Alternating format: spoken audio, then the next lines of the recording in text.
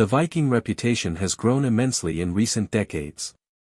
Long-held characterizations of these Norse warriors as hairy, violent and straightforward is being overthrown, replaced by a picture of a sophisticated and nuanced people. Most of these prejudices come from the victims of Norse raids, it is true, and so can be excused a certain degree of authorial bias. When all you know of a people is that they occasionally turn up at your doorstep and kill everyone, you can be expected to form a view based only on that. But we now know with a fair certainty that Vikings crossed the Atlantic centuries before Columbus. These were not just opportunistic mobs, these were skilled sailors and navigators. And how did they manage this, so far before everyone else? Maybe they used a sunstone. Natural navigation. In fact, we know they did use a sunstone. Several Icelandic texts from the Middle Ages attest to the use of a sunstone to navigate both overland and on the sea due to its unique property of being able to find the sun, even in an overcast sky. This is important in Scandinavia, given that overcast skies happen frequently. Being able to locate the sun means being able to orient yourselves in the landscape, something not so easily done in a blank daytime sky. Also, and amazingly, we even know what a sunstone is.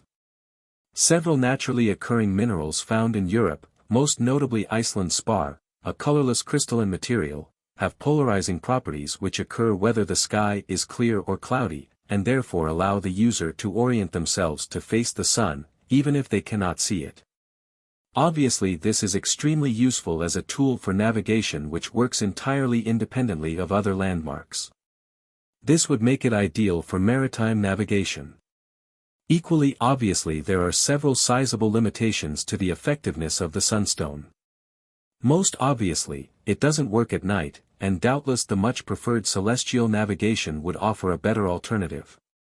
But it remains as an interesting curiosity of the Viking era, a medieval observation put to practical use and a useful device for finding your way around unfamiliar territory. Or does it?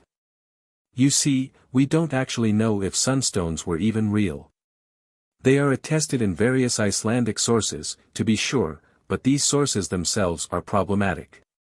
Rathn's Saga Sveinbjarnarsonar, and Rolf's Withaqttr, the major sources which discuss sunstones, are entirely allegorical. The first involves visions of celestial nights and the second is entirely a parable about Saint Olaf.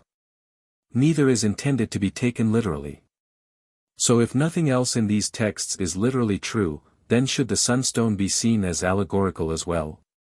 There are certainly later medieval texts which, drawing on these sagas, certainly believe the sunstone was real. And there is Icelandic spar, which does everything a sunstone is supposed to and which would be highly improbable as a coincidental solution. Maybe at the heart of these allegories, something magical turned out to be real after all.